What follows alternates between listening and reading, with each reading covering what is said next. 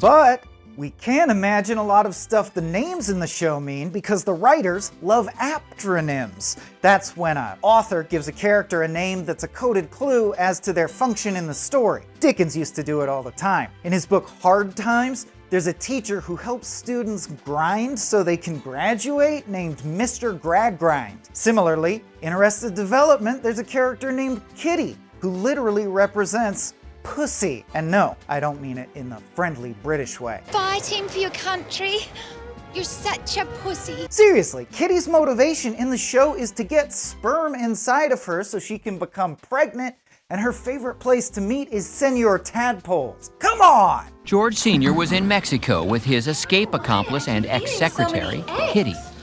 It must be my unconscious desire to have a baby. If you need me, I will be at Senior Tadpoles having a margarita made in my mouth. You might have thought Kitty was meant to rhyme with titty, and that would have been reasonable. Spring break!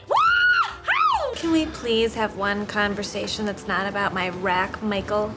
But it's definitely a pussy reference. And that's not even mentioning that the sperm cooler has Saddam H on it backwards, and that my rack line is a stealth Iraq sound-alike. My rack, Michael? Honestly, there's just too much to touch on, so let's stick to names for now. Maybe may be a Bluth, but she may not, and her alter ego is named Shirley. Anne Veal was raised in a box. Miss Barely is barely an ethics teacher. I don't know, I mean, they just threw this class at me after Mr. Daniels had a stroke. Cindy Light Balloon is part of a sting that involves putting hidden microphones in lights and her balloons. How we doing?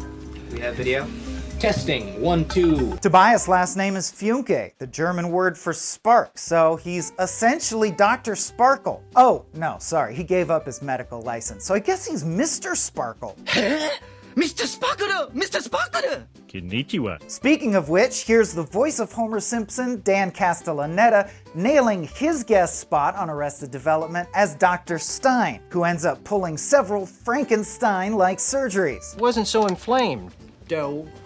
I knew it. Rita turned out to be is that really what they were going for? Okay, I guess I don't stand behind every Arrested Development joke. Go home, you terrorist! How stupid do you have to be to say something like that?